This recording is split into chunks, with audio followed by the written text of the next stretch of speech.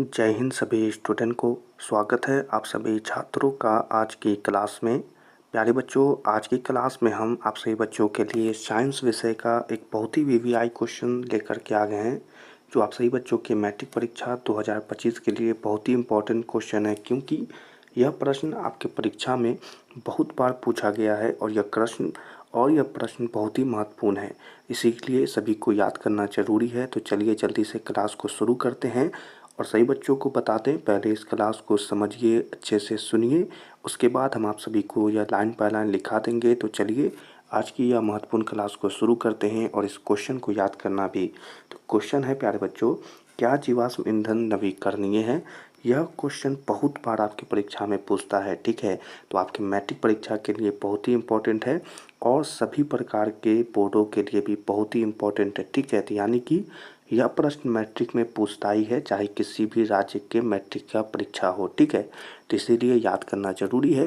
Question है कि क्या जीवाश्म ईंधन नवीकरणीय है?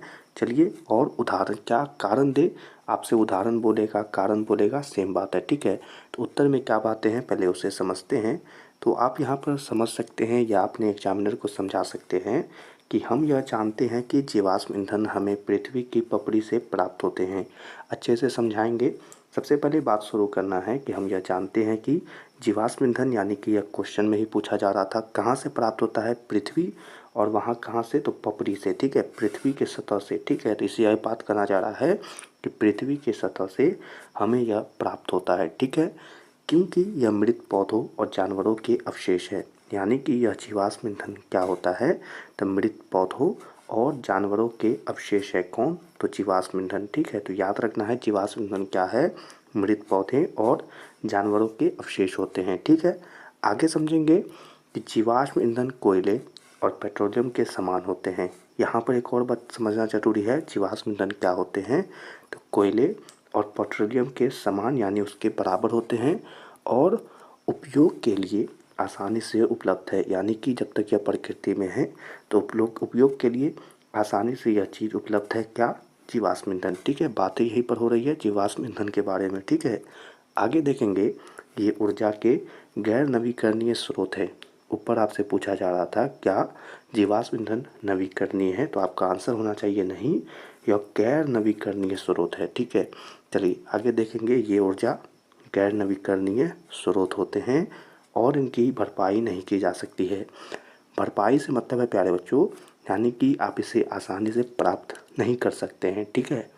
चलिए इसे और अच्छे से समझने के लिए आगे की लाइन को पढ़ते हैं। यहाँ पर हम क्या पढ़े थे कि यह एक गैर नवीकरणीय स्रोत होते हैं और इनकी भरपाई नहीं की जा सकती है, यानी कि इसे आसानी से दोबारा नहीं बनाया जा सकता है। यानी कि इसे बनने में सालों का समय लगता है और प्रकृति के द्वारा यह बनाया जा सकता है, ठीक है। यानी कि आप नहीं बना सकते हैं, आप बनाएंगे, सालों का समय लगेगा प्रकृति में भी और अगर आप बनाएंगे इसमें भी, ठीक है। इसी के लिए इसकी भरपाई नहीं की जा सकती है, यानी इसे आसानी से दोबारा नहीं बनाया जा सकता है, ठीक है।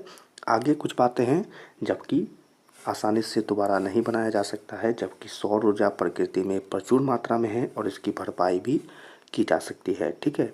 यानी कि सौर ऊर्जा प्रकृति में कितनी मात्रा में है? तो प्रचुर मात्रा में है और इसकी भरपाई भी की जा सकती है, यानी कि आप इसे दोबारा भी प्राप्त कर सकते हैं, जबकि जीवाश्म ईंधन को आप प्राप्त नहीं कर सकते हैं, ठीक है। तो यही बातें थी, अच्छे से सही बच्चे समझ गए होंगे। चलिए अब इसे लाइन बाय लाइन लिखा देते हैं और अच्छे से समझने के लिए।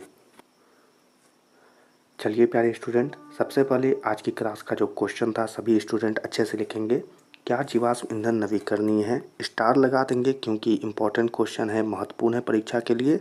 और कारण दे, ये बातें भी लिख लेंगे, उत्तर लिखेंगे और यह उत्तर लिखना शुरू करेंगे, ठीक है।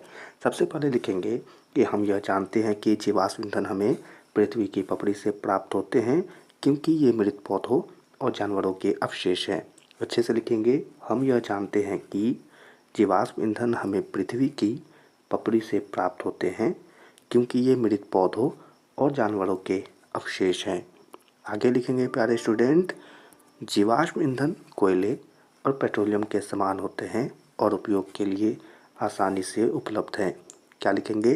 जीवाश्म ईंधन कोयले और पेट्रोलियम के समान होते हैं और उपयोग के लिए आसानी से उपलब्ध हैं।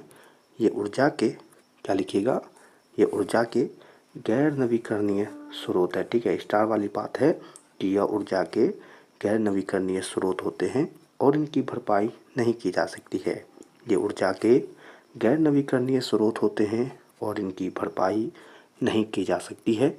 आगे लिखेंगे, यानी कि इसे आसानी से दोबारा नहीं बनाया जा सकता है, जबकि सौर ऊर्जा प्रकृति में प्रचुर मात्रा में है और इसकी भरपाई भी की जा सकती है।